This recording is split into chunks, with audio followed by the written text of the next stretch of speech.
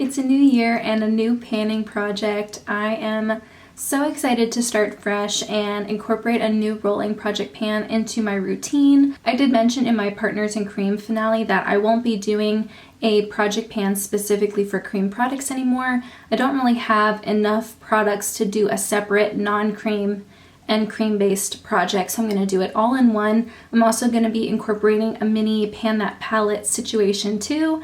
So I'm just going to jump in. I have 8 products to talk about, and this is going to be a rolling project pan. It's not going to have any specific rules. Once I finish something, I'll roll something new in its place. These won't be the only things that I pan this year or try to pan, and so I will have a everyday makeup drawer situation that'll go up probably every 6 to 8 weeks. And in those videos, I will talk about those shorter term products where I only have a little bit left. I'm going to focus on it and then maybe try something else afterwards, just to kind of make sure that I'm striking a balance between finishing products that are about to expire or almost finished, but still making sure that I'm playing around with some of my newer products or just products that I don't think to reach for as often, as well as seasonal products or things that I want to wear during certain times of the year. The first that I want to talk about, I did mention in my plan to pan video for 2023, and that was this quad from Charlotte Tilbury. It's the Pillow Talk quad.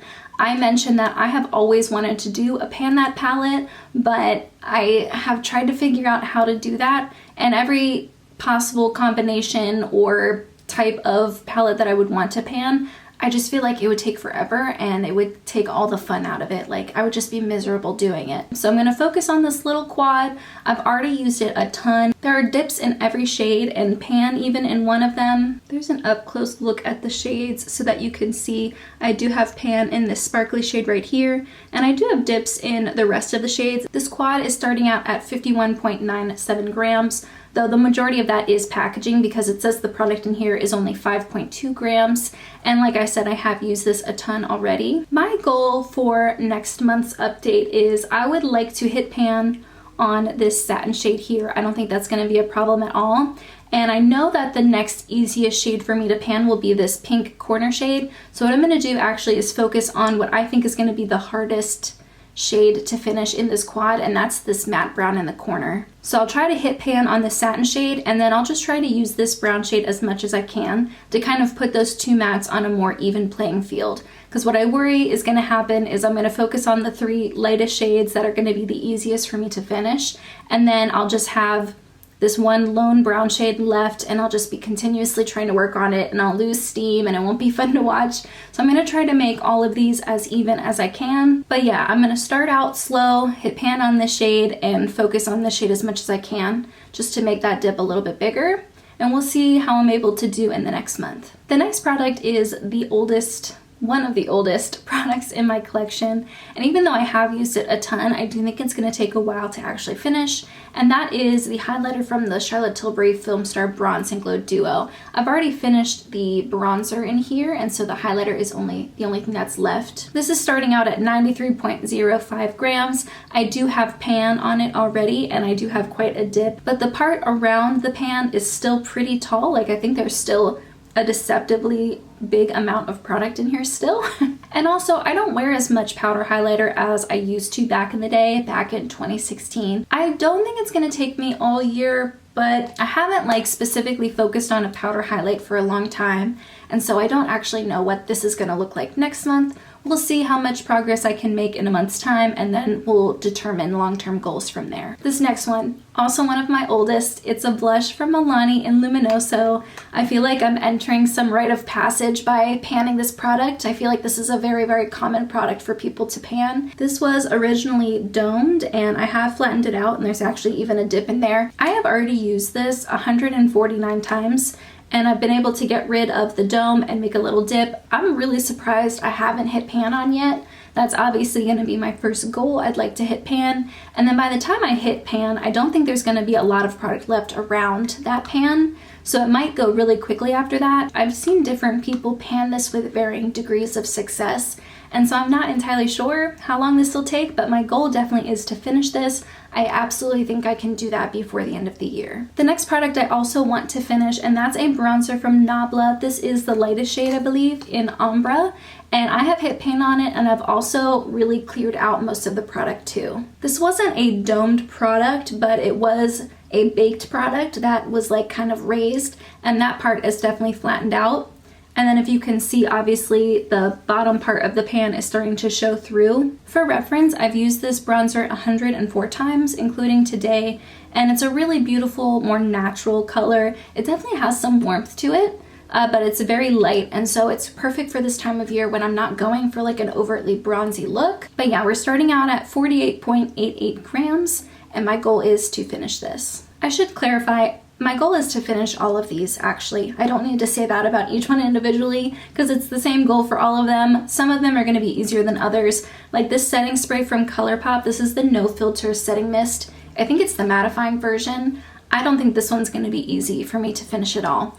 I don't hate it. It's not like I'm hate panning this, but when I think of the other setting sprays that I have, they are just a much more enjoyable setting spray than this one. I think it's kind of just like a middle of the road spray. The other setting sprays that I have are much more used. Like this is my least used setting spray that I have, and I don't think I'm going to have any trouble going through those other ones organically. And I reach for setting sprays for different reasons, like depending on the day. If I need something for a special occasion, or I need something that's going to help like take down the powdery look and make me look more dewy or more matte, or for like a longer day, then I'll reach for those other ones, but this one will kind of just be my default one. And this one is starting out at 140.6 grams. The next one is the e.l.f. Jelly Pop Primer. I don't think they make this anymore, but I know that this is a lot of people's favorite primer, and I purchased it because I saw, I think it was Christina Chang, she loved this primer, and so I tried it because I was like, oh, I want to know what all the fuss is about.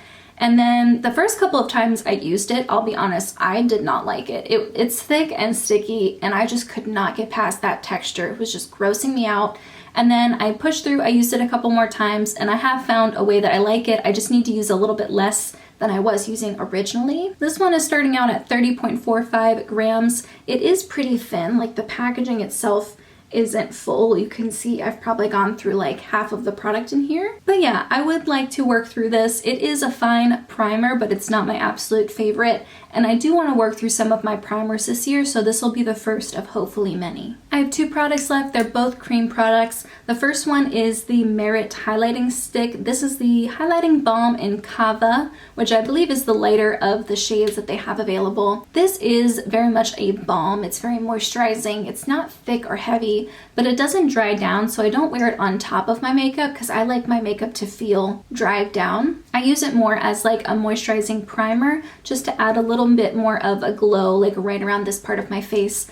And a new way that I want to start trying to use it is as a mixer. Currently I'm going through some of my liquid lipsticks and using them as cream blushes, and I've been using this Milani highlighting liquid as a mixer for those, but I think what I'm going to try to do is use this Merit one instead. Just kind of grab a little bit of it with the back of my fingernail, put it on the back of my hand, mix it in with the cream blush with the liquid lipstick, and use it as a cream blush. This doesn't have a ton of base pigment, and so I think it'll help keep the color of the liquid lipstick as the cream blush color, because this one is very gold from Milani, and so it does sometimes change the color a little bit. And also this is a very like liquidy, almost oily consistency, and it melts down really quickly. Like once you put the heat of your finger or put it on your cheek and it mixes with the heat on your face, it turns very liquidy and emollient. And so I think mixing that with a cream blush is going to help get me the type of texture that I'm looking for. So that's what I'm going to try to use it for. That was a really long explanation. If you watched my Partners in Cream updates last year, you know that I was trying really hard to focus on the Cocoa Kind highlighter stick, but this one is the scent is starting to change a little bit. And I don't think it's expired. I don't think it's going bad right now, but I think it's getting there, and I think it's going to expire more quickly than the Cocoa Kind one. I don't know if I'll dig into the product. It really depends on how the product is doing at that point. We'll see once I get there. I don't know how long it'll take me to get there, but this is a much more liquidy, balmy consistency than the Cocoa Kind one, so I imagine I will go through it a lot more quickly than I did the other. And the very last one is going to be a long haul product, but I want to make sure I'm reaching for it more regularly, and that is this cream contour wand from Charlotte Tilbury. I have the shade fair to medium, and I use so little of this every single time. Let me check how many times I've already used it. Yeah, so I've already used this 58 times, and yes, the packaging has gotten a little bit thinner, but I don't squeeze out product every time. I like squeeze out product like once a week, and then I use whatever is still left on the wand to draw like little dots wherever I want to add some contour. This looks really dark when you first put it on the skin, at least on me, but it blends out so well that it really is not a difficult formula to work with at all. So I enjoy using it, but contour isn't like my first step or my favorite, absolute favorite thing to do when doing my makeup. I definitely love my base makeup. That's like my favorite part of the routine, but this sometimes kind of gets forgotten about, so I want to put it in a project pan so that I can remember to reach for it more. And yeah, I would like to finish this eventually, but I'm not like in a rush. I don't think it's going to expire anytime soon. I just know myself. I know I'll forget about it if I don't make a concerted effort to focus on it. So those are my 8 products. I'm really excited to see what kind of progress I can make in the next month, and then from there I can make some better estimates of my progress for each individual product. Please stay tuned for my everyday makeup drawers. I will be showing myself going through other products that aren't in this project pan. In the meantime, that's everything I have to share with you today. I hope you have a wonderful rest of your day, and I'll see you in my next video. Bye!